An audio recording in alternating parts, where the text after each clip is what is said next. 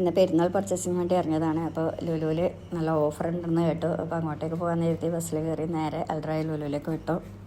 അങ്ങനെ അൽറോയിലെത്തി ബസ് ഇറങ്ങി ഞങ്ങൾ ബ്രിഡ്ജ് കിടന്നിട്ടാണ് കേട്ടോ പോകുന്നത്. ബ്രിഡ്ജ് കിടന്നാൽ നേരെ ലുലുവിൻ്റെ പാർക്കിങ്ങിലേക്കാണ് എത്തുക. അങ്ങനെ ഞങ്ങൾ ലുലുവിലേക്ക് എത്തി. ലുലുവിൻ്റെ എൻട്രൻസിൽ തന്നെ അവർ കുറച്ച് പ്രോഡക്ട്സ് ഓഫറിന് ഇട്ടിട്ടുണ്ട്.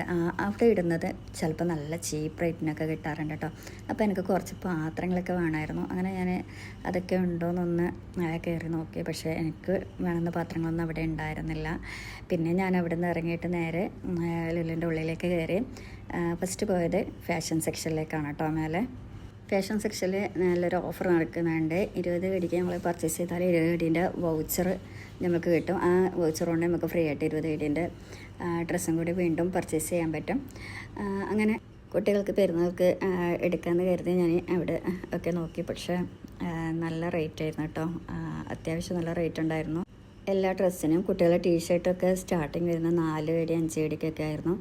അതുപോലെ തന്നെ ഞങ്ങൾ ടോപ്സൊക്കെ വരുന്നത് 6,900ഒക്കെയാണ് സ്റ്റാർട്ടിങ് വരുന്നത്. പിന്നെ 8, 9 അങ്ങനെയൊക്കെ. അങ്ങനെ പിന്നെ ഞാൻ അവിടെ നിന്നൊന്നും എടുത്തില്ല. നേരെ താഴേക്ക് ഇറങ്ങി കേട്ടോ. ഗ്രോസറി സെക്ഷനിലേക്ക് പെരുന്നാളിൻ്റെ സാധനങ്ങളൊക്കെ വാങ്ങാമെന്ന് കരുതിയിട്ട്.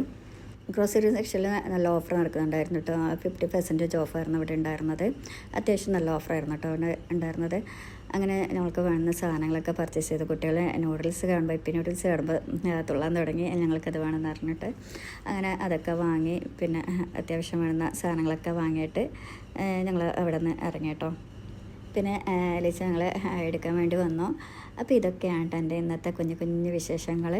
അപ്പോൾ ഞങ്ങൾക്ക് നാളെയാണ് കേട്ടോ ഇവിടെ പെരുന്നാൾ വരുന്നത്. നാട്ടിലെപ്പോഴാണെന്നുള്ളത് അറിയില്ല. അപ്പോൾ ഇവിടെയുള്ള എല്ലാവർക്കും എൻ്റെ അഡ്വാൻസ് ഈദ് മുബാറക്ക്.